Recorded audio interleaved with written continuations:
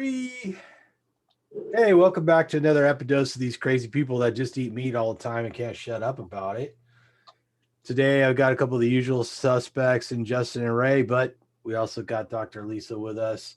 Dr. Lisa's phoning in from the East Coast, where I hear it's rather windy today.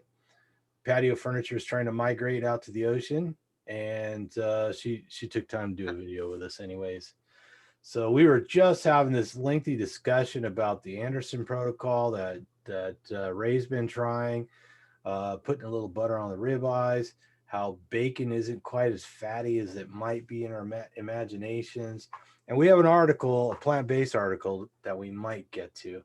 But I didn't want to waste any more great fodder for conversation. So let's jump back into it. And real quick, Dr. Lisa, tell us what you typically eat. What do you like to eat when you're on your carnivore toes? Well, I have really rather naturally over many years just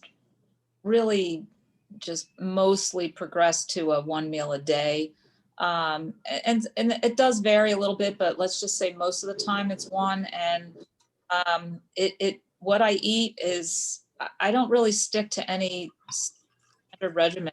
It could be ground beef, it could be steaks, it could be something I've thrown in like beef ribs in the crock pot for a particular day where I'll continue to make some beef stew soup out of it afterward. But my diet really varies. So sometimes it's hot dog sauteed in butter with egg yolks, like 6 egg yolks thrown on there, and just throw 6 egg yolks on one little hot dog.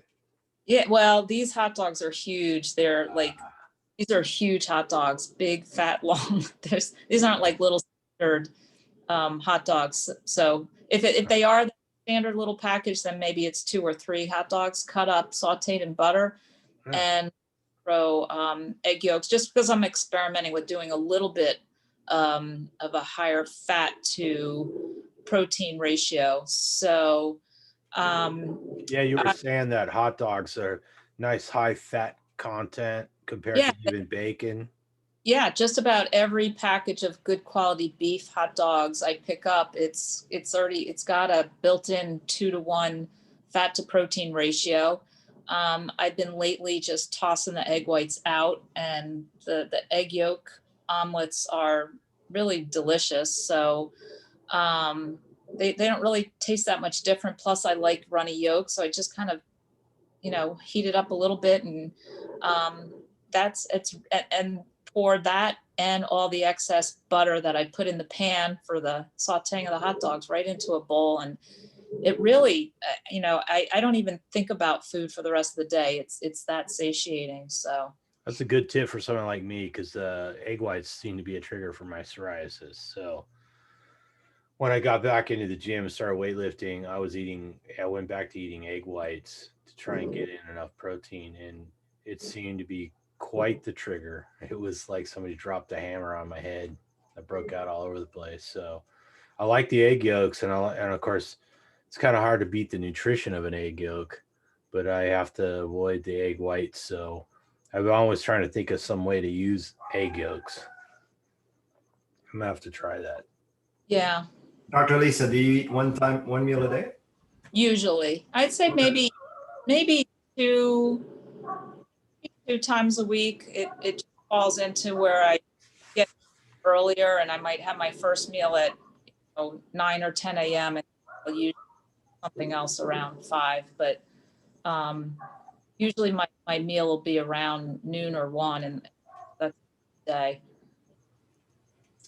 And you don't snack throughout any also? No. One meal. Yeah, thought so. Yeah, so you were saying you're so satisfied from the egg yolks and the butter and the hot dogs that, like, you're wanting a snack or something really isn't in the cards. Or if I make a ribeye, I usually put a tablespoon or 2 butter on that and eat and drink up all of the melted butter. And then we were just talking about how bacon, you would think that that's got a real nice fat to protein ratio, but in my experience of different packages I've looked at, it seems like it's much closer to a 1-to-1. And I think so much of the fat in bacon cooks off. So it's not really quite as fatty, but, combine that with, egg yolks cooked in a lot of butter, and it's fine. I've been just experimenting with that because I've never monitored my glucose or ketones all these years, and just more recently been doing that just because I do coach a bit of diabetics, and their blood sugars are so much better on a higher fat, lower protein. And so I just decided to try to experiment and check it out for myself, and then see what happens, with weight. It's just been very interesting to do. And I there's other people who are also doing fat fasts and, using, just chewing on some frozen butter when they have hunger pangs. And there's all sorts of interesting things going around in the carnivore community, and all people who are just experimenting and trying to figure out what works. So yeah, so people aren't familiar with you, or might be new to this. Tell them how long you've been a carnivore.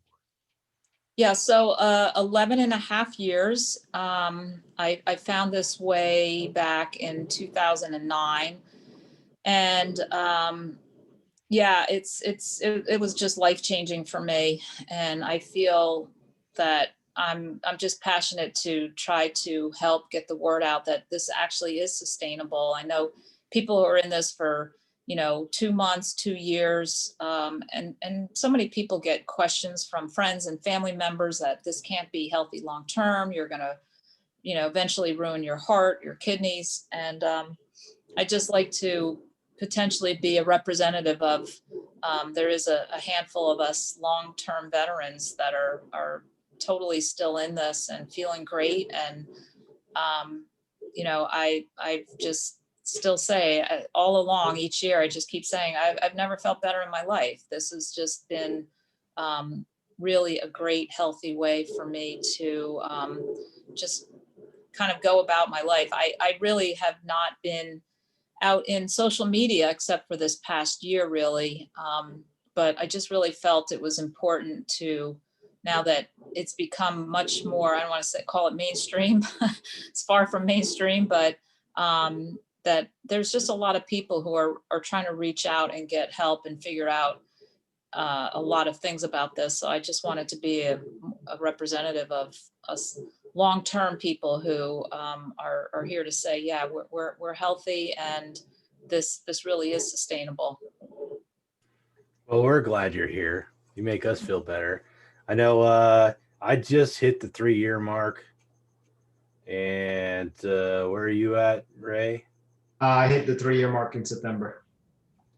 And Justin, you're coming on 2? to 18 months. 18 I don't hit my months. 2 until April. I feel like such a carnivore baby. Well, you're young. Yeah, I know. I was gonna say you're gonna be yeah. Yeah. Started before we Right. did. Yeah. Lucky for you to find it so young. So were you surprised, Lisa, to see the carnivore movement finally take off after you'd already been in it for like 10 years? Not so surprised. I guess I want to say maybe I'm more surprised that it hadn't taken off sooner for how incredible changes were amongst all of us. But, word of mouth eventually spreads and did spread and, took hold. And it just took time because, we're up against the plant-based, which leads into our whole thing about this article. So I just think that, yeah, it's not surprising to me, really not.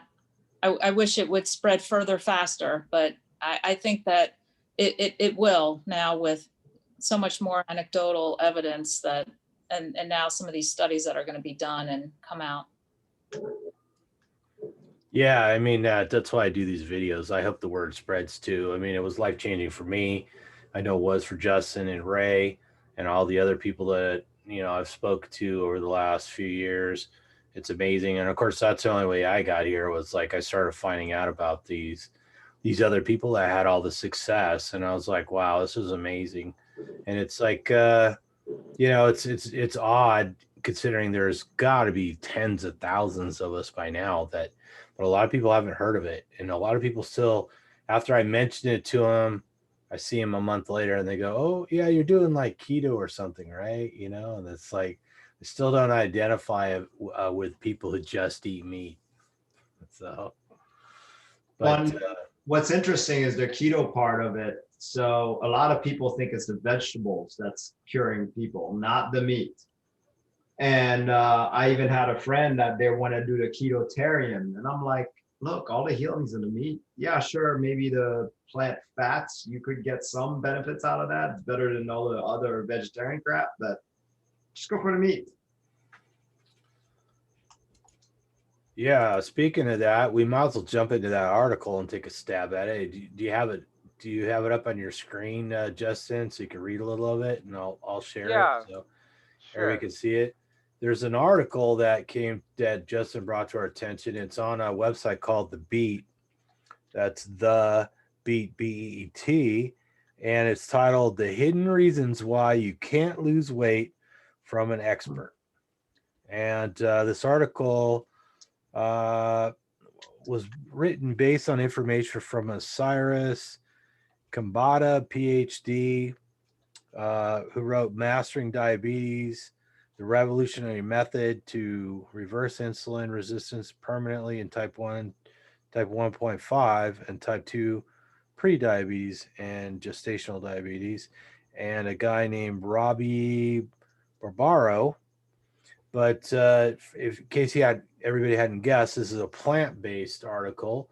And one of the types of articles we like to rebut. We like to be the opposing voice on stuff like this. So Justin, you want to read into it a little bit, and then we'll pause and we'll discuss some of it? Sure.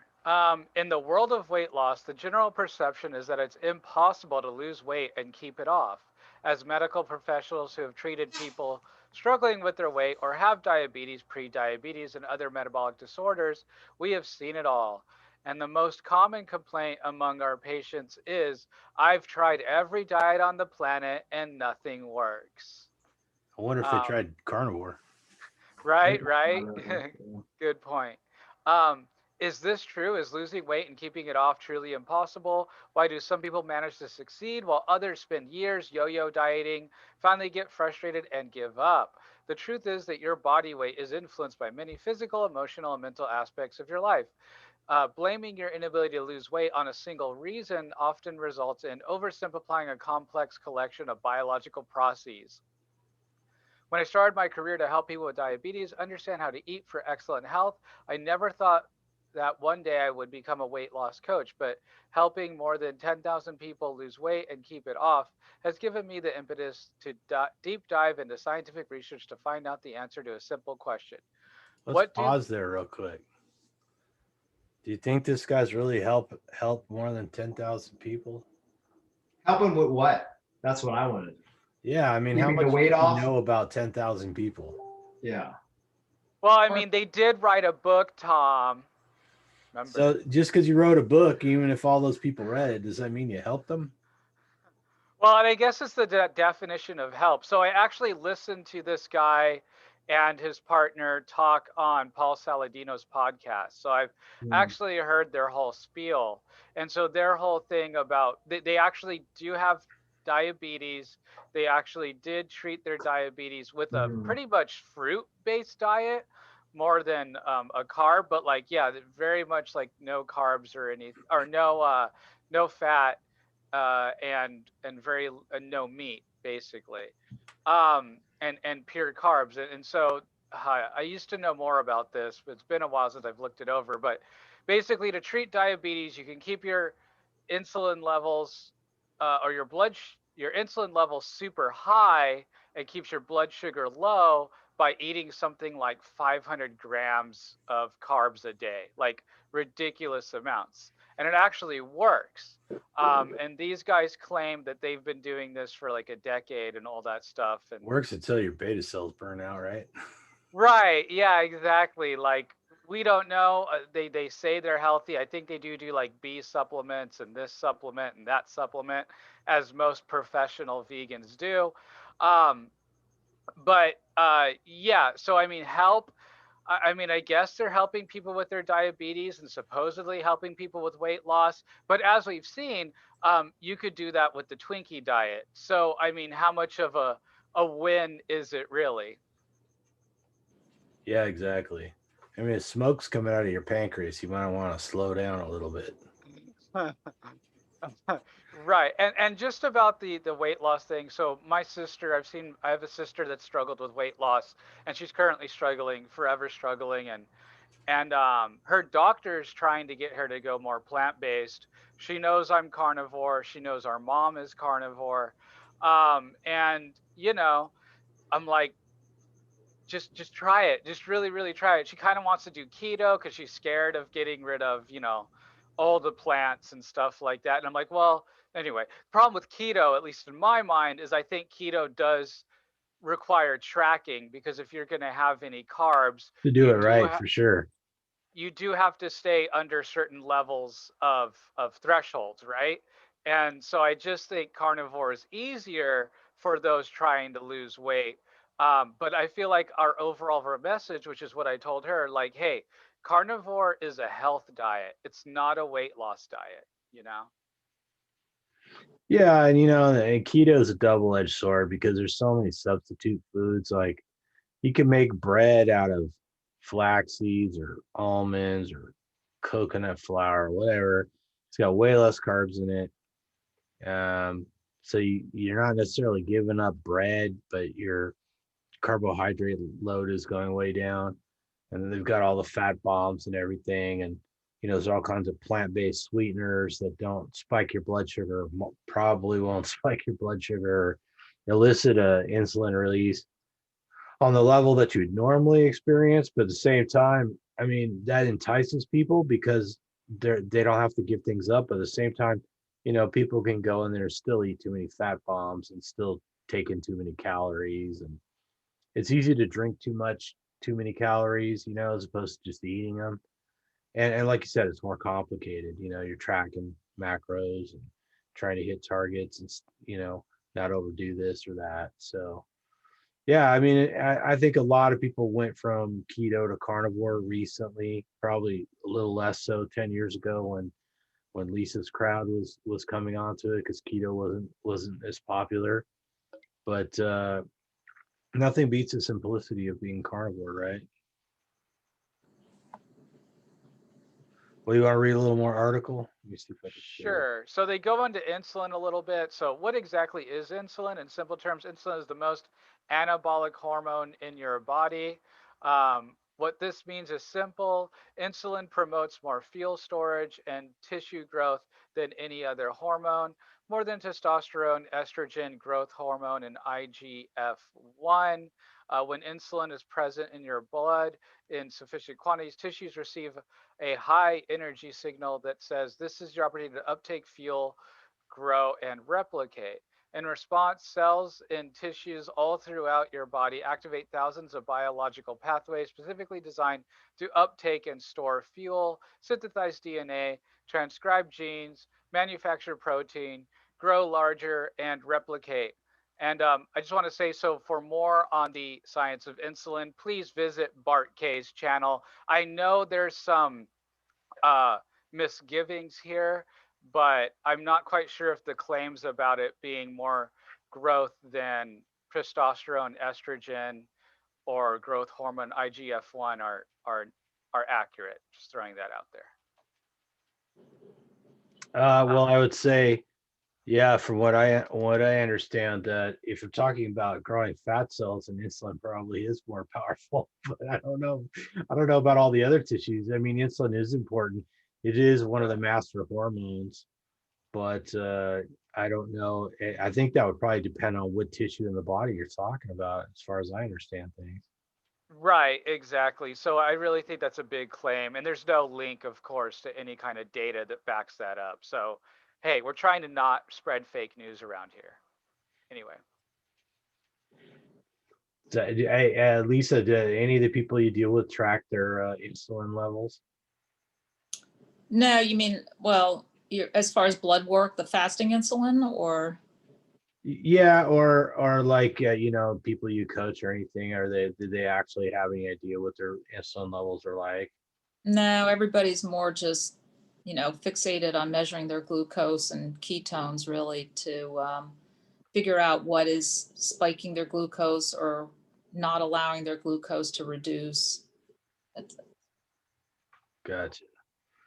Yeah. So you got any comments so far on this article? We haven't really got into the meat of it. I think we all would all agree that not having high insulin levels is probably beneficial, right? I mean, it's like having high blood sugar and high insulin. And so far in this article, anyways, it doesn't seem like they think that's a good idea either. But I think that's kind of like what we all see in the carnivore diet, is that these levels seem to kind of be stay within a range and tend not to spike out of range or stay elevated for any period of time. Are we all in agreement? Yeah, definitely. I will keep going, I guess. So is insulin good or bad? Since the 1921, scientists have known that insulin is an essential hormone and is critical for optimal health in mammals. Why then do millions of people around the world live in fear of insulin? Do everything they can to minimize their insulin exposure. Yeah, I don't think that's what people are doing. I'm just gonna Right. throw that out there. Why do medical professionals and people living with diabetes point their finger at insulin and make claims that insulin will make you fat, or that insulin will increase your cholesterol, or that insulin will make you more insulin resistant? Man, okay. The reason is actually quite simple. The biological role of insulin is one of the most misunderstood concepts in all of the human biology. I think we just keep going on insulin, then we can like rip it apart because, yeah, insulin is absolutely necessary for life. If insulin were not present in your body, you would die in a short period of time. Within weeks or months, living in insulin deficient state for prolonged periods of time is incompatible with life. Okay. Insulin itself does not raise your risk for chronic diseases. Excessive insulin beyond your normal or physiological level is what causes severe metabolic dysfunction, weight gain, and increases your risk for many chronic diseases over the course of time. But too little insulin and too much insulin increase your risk of death. However, secreting a normal amount of insulin, oh, this is just painful to read. Sorry. One is required for life. Two is required to control your blood glucose. Allows you to lose weight easily and sustainably and minimize your risk for many chronic diseases. So the key is to eat to control the amount of insulin in your body, lose weight, and keep it off.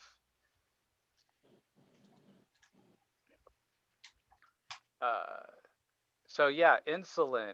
I mean, sure, yeah, absolutely necessary. I feel like they said insulin itself does not raise your risk for chronic disease. Then they said having it at a high level causes a lot of issues. So, I mean, pick a lane, guys. Right. Yeah, that seemed like they were kind of stepping on their own statement there.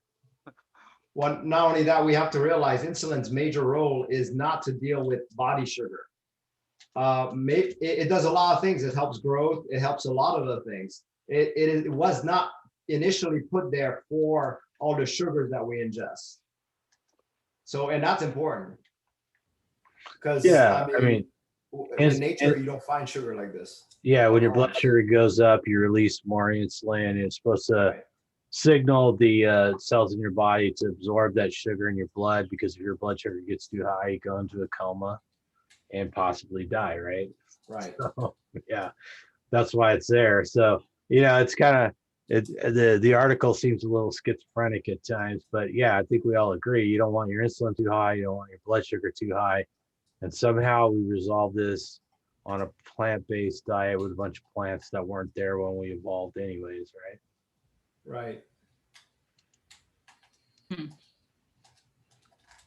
Yeah. I have a problem where they got their little conclusion there. Yeah. Well, and that's the thing when you tear these articles apart, you often find that they're really their statements kind of aren't clearly defined, and they kind of seem to confound one another. Do you want to read a little more? Yeah, sure. Let's get to the good stuff now. Do low carb diets actually help you lose weight? Many health professionals will tell you to eat a low carb diet to lose weight. Do they really? I mean, Really? it Many seems do? like, I don't know. I mean, it's been a minute since I've been to the doctor, but I don't remember, Okay. Well, it's true that low carbohydrate diets like the Atkins diet, the paleo diet, is the paleo diet low carb naturally? Okay. Good question. I don't know. The ketogenic diet and the carnivore diet, ooh, we're getting name dropped. Carnivore diet can certainly decrease the amount of insulin you secrete and help you lose weight quickly. Low carb diets can become problematic in the long term. Ooh, oh, we better watch out, guys. Yeah, but watch, you don't say nothing about it. Why? Many people who eat a low carb diet find that their appetite decreases significantly. As a result, they eat fewer calories, which Oh, results that's such a bad thing, right? in Sorry. rapid weight loss. Scientists have discovered that low carb diets are excellent rapid weight loss tools. But these low carb diets also have a laundry list of side effects, including they make you more insulin resistant, which dramatically increases your risk for many chronic diseases. That was such a bad sentence that they didn't even put a period after it. Two, are associated with an increased risk of heart disease and chronic kidney disease. Again, just want to say, like, I am moving my mouse around to find links to any kind of data, and there are none. Just throwing that out there. Three, significantly increases your risk for all-cause mortality, death from any cause. Four, are eating low carb may increase the risk of dying in a car accident. Well, I mean, there's this weird thing about like carnivores. Once they hit like the 35, 40-year mark, they seem to die in a car accident Yeah, or some kind of terrible wait. accident. Wasn't Bear like in his 80s when he died? Yeah, but he was carnivore for like 40 years. Yeah. Oh, so after you've been carnivore for Carnivore for a while. Yeah. Yeah, well, you're there you too go. Don't healthy. start till you're 50. You know, it's pretty reassuring. Well, I'm screwed. I started at age 30. So that means a horrible accident is awaiting me at age 70. But that's okay because the next 40 years are going to be high quality years. So True. Yeah. Isn't that what matters? yeah. So let's just go to the risk of all cause mortality. I mean, I like that one because the only studies that reflect that don't give any consideration whatsoever to drinking, smoking, driving too fast, and all the other risky behaviors. Perhaps going to a rave every weekend and having some Molly and partying your butt off, right? So the otherwise the rest, it's just not true, right? I mean, vegetarians, vegans, plant-based people don't live any longer than anyone else. They have the same rate of heart disease. Anybody can PubMed that one and see that it's true, right? So where exactly do you think that they're getting this idea? Yeah, Well, we're already getting these ideas. Doctors don't live longer than us. Sorry, Lisa. Yeah, I mean, maybe Lisa She is one of us. Yeah. So she will. Yeah, am I on here? Well, I mean, they whenever they do these epidemiology, borrowing from Bart K language, studies, they don't even have it separated out usually into what constitutes keto, low carb, and carnivore. Obviously, there is no carnivore science really out there. So to throw them all together, what they mean is people that eat meat increase the risk of all-cause mortality, basically. But then because of the healthy user bias, a lot of people for a long time that ate meat also smoked cigarettes and drank and other risky behavior. So, yeah. Maybe it's the cigarettes. So have Yeah. you guys noticed that people on carnivore have a harder time with maintaining the diet long term? Because it seems to me it's like people on plant-based diets have a much harder time. Especially while under the influence of alcohol. Yeah, As there are those research has studies that shown. show Well, that, it's a little that unfair to vegans compare. eat a lot of meat when they get drunk. It is a little unfair to compare because there's a lot more vegetarians out there than carnivores. True. So There that's the probably only is. part. Yeah. So if I were to say how many vegetarians are out there, vegetarians are a little different, but there are a lot of 20-year vegetarians out there. But that's only because there's just so many. Well, if we included all the indigenous people around the world that just Right. Then we'd have about meat-based diet, then maybe not so much. True. Good point. Plus, riddle me this, Batman. There are so many people that, we know that went from vegan to carnivore. But I mean, even searching online, people that go from carnivore to vegan, I mean, 1, 2, and we don't even know for how long. I mean, if that. I've heard rumors, but I don't even know how long they were carnivore. But you don't hear someone like Lisa going vegan. Like Vegetarian or vegan, it, right? That it does just not doesn't happen. happen. Yeah. Hey, no way. Lisa, Right. do you find yourself having to supplement vitamins and stuff like that? You are you injecting vitamin D or anything like that? No, I get enough UV. I make my D naturally, but yeah, no, I have not like literally taken a supplement in all these years. No vitamins. I don't do potassium or magnesium or salt, drinks or anything. So, obviously if there was any sort of health issue, I certainly would consider looking into what might potentially be missing. But in all the research I've continued to do, I just don't see that this is deficient in any way. So onward I go. Yeah, did you happen to notice that you were any more tolerant of the sun when you went carnivore? Yeah, I think so. And I've heard so many talk about that they burn less, they're able to stay in the sun longer. For me, I've actually always been pretty tolerant of being in the sun, so I can't really say that I've noticed any much of a difference for myself. But yeah, for sure, I've heard enough people comment about that I do think there is something to it. Yeah, I had that experience. I was very intolerant of the sun, and then all of a sudden, boom. I mean, I was out in the sun all day today, and it didn't bother me at all.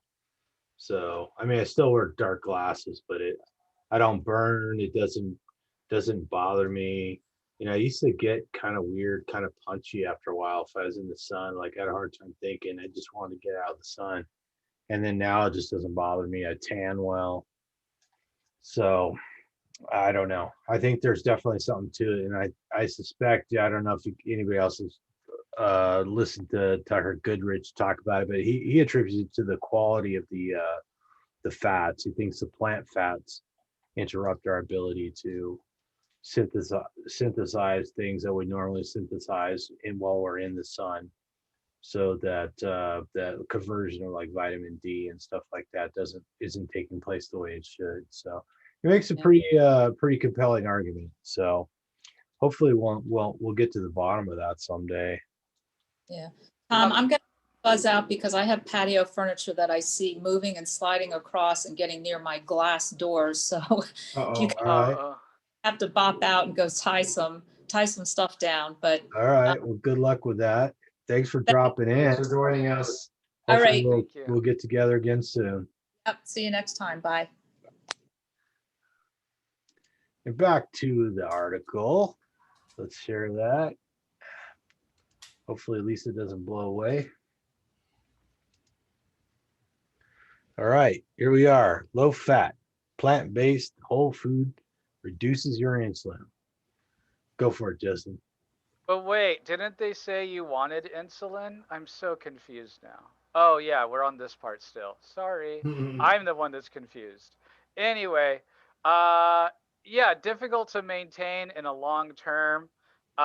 Lisa, 11-year carnivore. Don't think it's been hard. There's several people that have gone a decade or longer carnivore and doing Right. great. A low fat, plant based, whole food reduces your insulin exposure. Another extremely effective way to lose weight is to eat a low fat, plant based diet complete with as many whole fruits, starchy vegetables, legumes, and whole grains as possible. Uh, Definitely shout out to potatoes and popcorn. When you do this, you'll lower the insulin concentration in your blood and make insulin extremely efficient in both your muscles and liver. This will decrease but not eliminate your insulin levels and stimulate weight loss immediately and into the future. I got to keep winning because let's scream because I need to scream at this article. Right. Wow. Go Ray, go. I mean, it's like a big jump there. It's like, where are they getting the weight loss from? I don't understand. I mean, I'm very confused at the way they're talking. Well, I mean, the weight loss makes sense because of the Randall cycle. So if they're not eating any fat, right? Because they're just having legumes, grains, starchy vegetables, and fruit. So you're not getting the Randall cycle. Well, quick recap again. Fat plus carbohydrates equals gain weight, triglycerides, oxidization. Fat minus carbs, you won't gain weight. You quite possibly lose weight. And carbs or plants without fat, you will also lose weight or, well, yeah, lose weight, shrink down. Because again, you're circumventing the Randall cycle. And if you're not having any meat or fat, you're also not having any density or nutrients. So basically, your body is going into some kind of where it's eating up all the fat and muscle at some point, and you shrink down. Basically, you're eating yourself. Yeah, yeah. And the reason, so the thing they don't tell you here is the reason why the insulin is low is because your glucose is shot sky high. Right. And so your insulin is also shooting sky high, but it's necessary to balance out all the high glucose. Yeah, I often wonder. It's like, they don't seem to have this clear understanding that if you get that, you're eating plant-based foods that raise your blood sugar, the insulin's going to go up.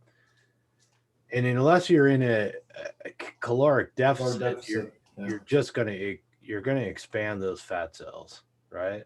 So sure, you can eat a bunch of plant foods with very little calories in them, but at the same time, you're not getting the nutrients you need, right? And that's the thing. You go on carnivore, people tend to eat less because the food is very satisfying and it's nutrient dense. And one of the problems people have when they go on plant-based diets is they can never get enough nutrients, so they're always hungry. Right. Sure. So as you eat more fiber-rich foods, you'll likely feel satiated with every meal because the combination of fiber and water, known as bulk, stretches your stomach, small intestine, and large intestine, which tells your brain to slow or completely shut off your hunger signal. Scientists have discovered that bulk is the most effective satiety signal in humans, and the amount of bulk in your food is the most important determinant of how satisfied you feel after a meal, how likely you are to achieve your ideal body weight. So eat boots and tires. Yeah, well, I mean, yeah. is that why after a Thanksgiving dinner full of lean turkey, mashed potatoes, stuffing, sweet potatoes with marshmallows, and what else do people eat? Corn and squash and everything. You still manage to eat some pumpkin pie, maybe some apple pie, and lay on the couch moaning because your stomach hurts. Yeah. Wait, they forgot the other important thing. So they mentioned the stretch receptor, right? There's like four or five different hunger hormones. Leptin, ghrelin, they forgot to mention the cholecystokinin, the peptide YY. So one says I have to have a certain amount of protein before I feel satiated, right? Sure, the stretch counts. And the cholecystokinin says I need a certain amount of fat before I feel satiated. Why didn't they mention any of those? All of those in that combination makes you feel truly satiated, not just full. The objective is not to get full. It's not to get stretched out, because that means what? I mean, anybody knows Thanksgiving dinner, you could eat until you're just puking practically, but you still can have the cake or whatever carrot cake that they have or whatever they have. Let's go back to that interview we did with our buddy Chris. Chris has had a long history of overeating. Oh yeah. And he'd be a great person to have on with Dr. Lisa. By the way, just thinking about the. Oh no, I would hate to see that for Dr. Lisa. Well, I'll talk to her about it and see if she wants to. But they both have a lot of experience with eating disorders. Right? Yeah. But Chris said he can't overeat on carnivore, right? That's awesome to hear. So yeah. I might argue that fat and protein together, especially if you're eating enough fat, are more satisfying than stuffing yourself with a bunch of fiber. Totally, because it hits everything that you need, everything. And a lot of people don't realize they eat a bunch of fibrous plant foods. A lot of those nutrients you think you're eating are going in the toilet. Right.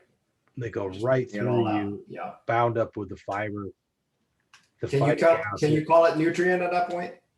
Because it's just if it's just trash, that's all it is. Yeah, they're not even calling it nutrient. I know they're not even calling it nutrients. Right. They're calling it bulk. Right. Yeah, bulk export of your nutrients into the sewer. That's what they ought to call it. That's it, right? Yeah, just because you put it in your mouth doesn't mean you can absorb it. And that's the thing about meat. Almost all of it's absorbed in the small intestine, which is right below the stomach. Yeah, right. and I don't see, you can make the same argument of eating a tire. Like, I honestly. Yeah, no, that's it. You're right. It's fibrous. Yeah. When I was a kid, you'd feel mighty full after eating a tire. When I was a kid, there was this TV show, and a guy ate an entire bicycle had been sliced into little tiny pieces.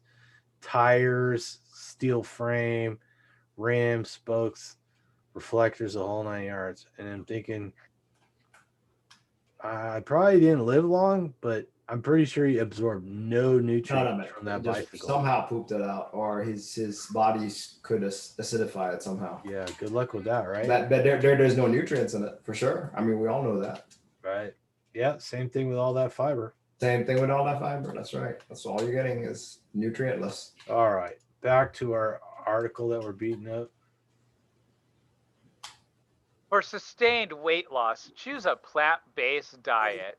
The truth is that even though low-carb diets can look attractive from the outside, successive long-term weight loss is associated with a low-fat diet, less energy-dense food, and more fiber-rich foods. If you're only interested in rapid weight loss, then a low-carb diet can certainly get you the results you're looking for. But if you choose to eat this way, don't be surprised if the weight comes back in the future and it makes it even harder to lose weight again and keep it off. If instead you're looking to lose weight and keep it off, then eating a low-fat, plant-based, whole food diet will help you lose weight consistently and sustainably and virtually eliminate the risk of a yo-yo. If you need more proof other than our experience, consider this meta-analysis of 17 observational studies of more than 270,000 people concluded that low carbohydrate diets increased mortality risk. The authors indicate that a systemic review and meta-analysis of worldwide reports suggest that low carbohydrate diets are associated with a significantly higher risk of all-cause mortality in the long run. The authors further stated that these findings support the hypothesis that short-term benefits of low carbohydrate diets for weight loss are potentially irrelevant. Ooh, ow, take Irrelevant. that. Wow. Low carb community. It's kind of a bait and switch there. I mean, I thought we were talking about weight loss. Weight loss. Yeah. Why are we suddenly switched to a research about all-cause mortality, Right. which is a cluster cluck of monumental proportions for reasons that we spoke about earlier. So, I mean, what? um, so knowing that your goal is to keep insulin efficient, as opposed to low, you need to eat a steady amount of carbs, preferably those that are high in fiber, to allow your body to burn carbs and fat and not experience the yo-yo dieting phenomenon of losing fast and then gaining it back. The plant-based approach to a low-fat diet high in whole foods and bulk is your best bet to long-term weight loss that sticks.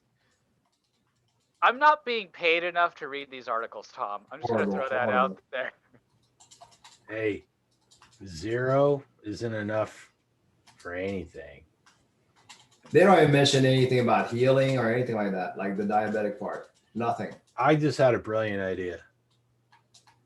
I know how we can get more carnivores.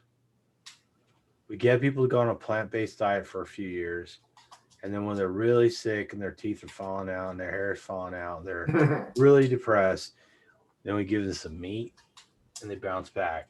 Like all those plant-based people that we know that are carnivores now, right? They lose a bunch of weight, be all emaciated, osteoporosis, sarcopenia, dental caries. I think that experiment, though, goes against the Geneva Convention, Tom. It's not an experiment. It's a lifestyle. That's it. Just saying. I think we'd be breaking international treaties if Right. we did that.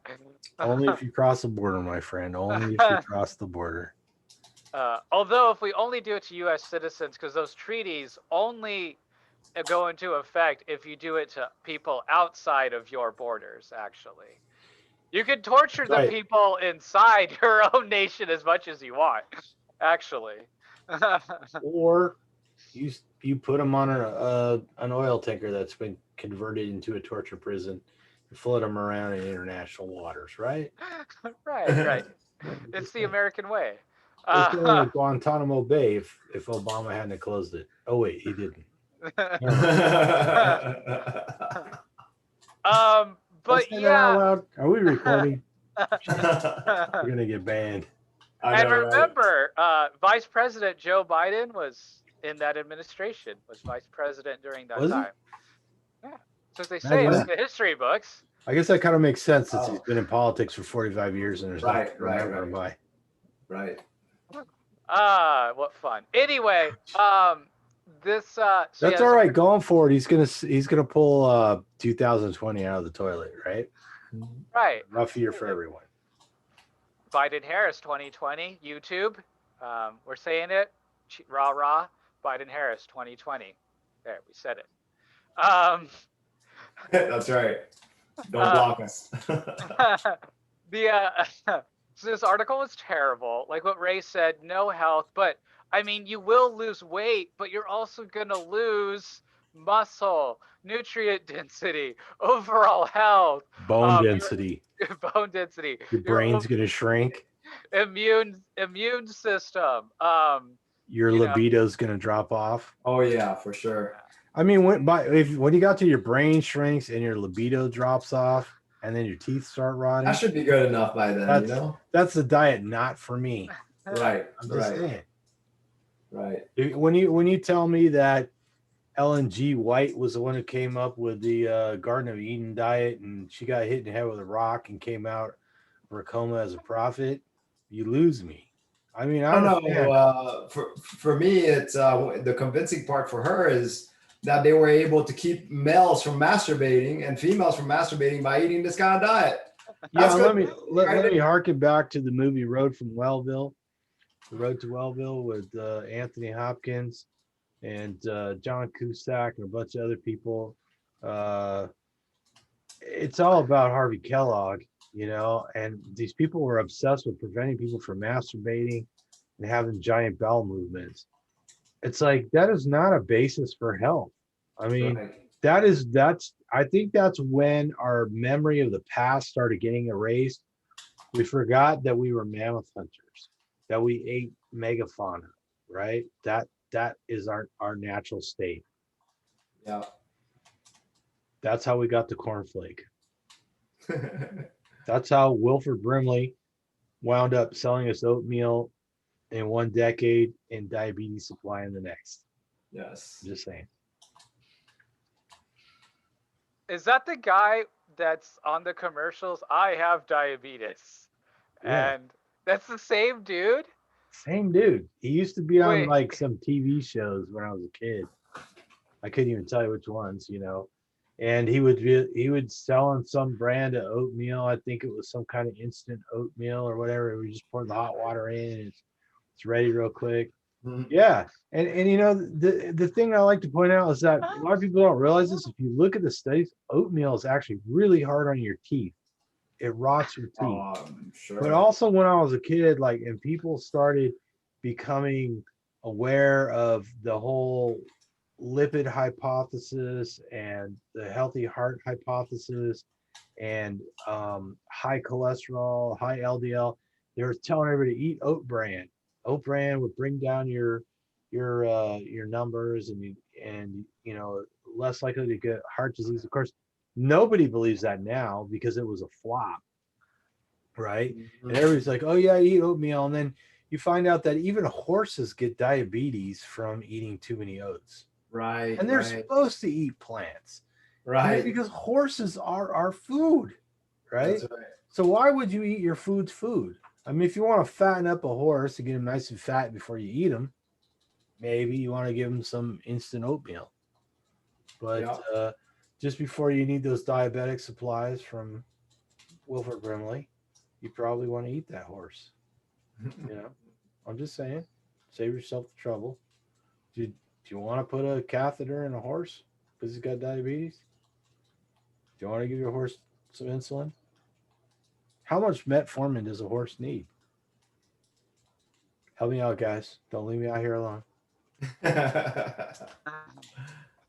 I do believe they can get diabetics though. I know Lark's llama, she said one of them was diabetic. Who's llama? Lark. I don't know if you remember her. Oh, She's Lark. Australian. Yeah, Lark. Yeah. She's from Canada? She's from no, Australia. Oh, she's the Australian Lark. Right. Yeah. I get my Larks confused. Yeah. Yeah. So Interesting. yeah. Can I we guess that do- does exist. Justin? What happened with Lark? She's got a diabetic llama. Yeah. Oh, right. Can we do a back-to-back video of Brimley selling oatmeal and then him selling diabetic? Oh, there's tons of them on YouTube. Oh my gosh. Yeah, if you look up Wilford Brimley and then you do like diabetes supply and oatmeal, like it comes up. Like people have compiled the commercials. So yeah, it's the same. Wow. Yeah, for sure. Yeah. The irony of it. And The the same irony. thing, you know, Harvey Kellogg, you guys gotta watch. If you haven't seen that Road to Wellville, you gotta watch it. It's got Matthew Broderick in it and a bunch of other people. John Cusack. It's an old movie. You think if we watched it on stream, we would get a community strike? Or do you think it's like They won't let you do that. Yeah, we would get a copyright infringement for sure. Right. dang. I don't think it's out of copyright yet, but we can always check. Maybe somebody forgot to renew it. But I highly recommend it. I'm from Southern California. I went to Cal Poly Pomona. Cal Poly Pomona was actually endowed by the Kellogg Foundation. They serve a ton of like sugary breakfast cereals in the cafeteria or the commons. They have a bunch of land that has to be used by horses right there in Pomona, California, in order to keep the endowment. And then on top of that, just a hop and a skip and a jump down the freeway, you get to Loma Linda. And I don't know if you guys saw it. Did I send you guys any of those pictures of Loma Linda fake meats in the can when I was shopping for Spam the other night? Oh, is that what that was? Yeah. So, and you know, like Paul Saladino, I think he went to school out there. He was a Yeah. vegetarian / vegan. I got a little dental work done out there. They got a great dental school. And it was interesting because when I was talking to my dentist, like, hey, how often do you floss your teeth? And I'm like, oh, every time I eat, because I only eat meat and I always got meat in my teeth. So I'm always flossing. And they're like, huh? What? What? What? And by the time he asked me that question, it was like my dentist and like three teaching dentists around it when I said I only eat meat. And that was the conversation ender right there. Yeah, I'll bet. Yeah. So like I live in this hub, and of course I don't, you know, I live close to LA. Justin will tell you it's like PETA vegan world out here, right? Yeah. So yeah, I don't know. We live in a society that's immersed in this idea that plants are good for us. Right. There's some ancient Chinese secret herb that's going to make us live forever. Yeah. Supposed to be eating grains and greens and drinking smoothies, and nobody, no, you walk into a smoothie shop, you could walk in there 8 times a day. Nobody's going to say, by the way, you've had something north of the safe limit of oxalates. You might want to cut back. You might. They'll You just spend a encourage- shitload they'll- of money on stuff that tastes terrible. They'll sell you bottles of a week of smoothies for like $300 that you There can you do go. a week long. That's the worst part, how legs. expensive they sell it for. Yeah. I used to go in and get my blueberry, banana, what was it, with matcha powder and coconut oil. Yeah. That tells you how much of an ideas sell, whether And it's the wrong agave. ideas or not. Yeah. Freaking A. Yeah. Yeah, and all those plants weren't available as we evolved. I just like to remind people, go to your produce section, go to your favorite fruit or vegetable, and look up the history of it and realize, oh Wow. shit, we haven't been eating that. You don't need to realize that. I mean, you could just be like, hey, if you're not from that part of the world, you're never going to see that type of fruit or vegetable, you know? That's right. That stuff is very localized. I mean, it's the first time that we have, you know, where we can get fruits and vegetables from all over the world. Right. You might Right. find some berries everywhere. here. You might find some grapes there. But even the Chiquita banana is a modern invention. That's you know, right. like the original banana was tiny, carrots were tiny. I like to remind people that all wild potatoes are toxic. That's right. All beans have to be detoxified. If you don't believe it, try not boiling it before you eat it. Just do it one day, one potato, you'll see what happens to you. Just go to any landscape and try and live off the wild plants. Yeah. Have a good time with that. Right. Good luck. Yep. Good luck. Good luck. So I think insulin control, weight loss, good health might come back to eating tasty ruminants. What do you guys think? From my own experience, I'd have to say double yes. Holy. 2 thumbs up, like Siskel and Ebert. That's it. And I have ADHD, so I looked up the Loma Linda Dentistry, and they have telehealth dentistry appointments. Well, how And I'm nice. like, They can look how in your does mouth. that work? Telehealth. Are they like, can you clean there? Can you, are they instructing you? Oh, that's hilarious. I love it. Hey, they do a lot of drilling and filling over there. Nice folks in the dental school. I highly recommend that. Maybe we should get a sponsorship from Yoma Linda Yeah, that'd be Dentistry. hilarious. Wouldn't that be hilarious? Ah, Yeah, I got a little carnivore podcast. I'm wondering if you guys want to sponsor. We had some work done there. let's go, Tom. We'll go Let's hit do 'em it. up. Let's see what could go wrong. Yeah, All right. So we wrap this up, boys. Yeah, I think so. I think think we people killed it stopped off. listening 20 minutes ago. And if Right. you're still here, we love you. We absolutely love you. Thanks for staying. This is I a know good we time did to the ask you to raffle. subscribe. Yes. Please subscribe. Like and Give us Hit the subscribe. thumbs up. notification bell. Hit that like button, double like button. Leave us some comments. We got some nice comments. We had some comments from what's her name from New Zealand? Oh, I can't. Melissa? Melissa. Yeah, Melissa. Melissa. Yeah, Melissa. Uh-huh. Yeah. So it was good hearing from you. I will respond shortly. I've got lots of videos to get out. I apologize to everybody for the long delay in getting videos out. Just been a big shift with the COVID-19, new computers, blah, blah, blah. I've got a lot of excuses is what I've got. So Well, you got your job too. And we Yeah. will post Lisa's story down below. Tom has an amazing interview with Lisa from a year ago, practically Yes. now. yeah, it's God, probably it has been a year ago. Jeez. Yeah, and I'm gonna call Lisa, make sure she doesn't blow away. Our buddy Lisa. So until next time, hey, eat some meat, feel better, and whatever you do, Don't fall Don't fall down down the the carb hole. carb hole.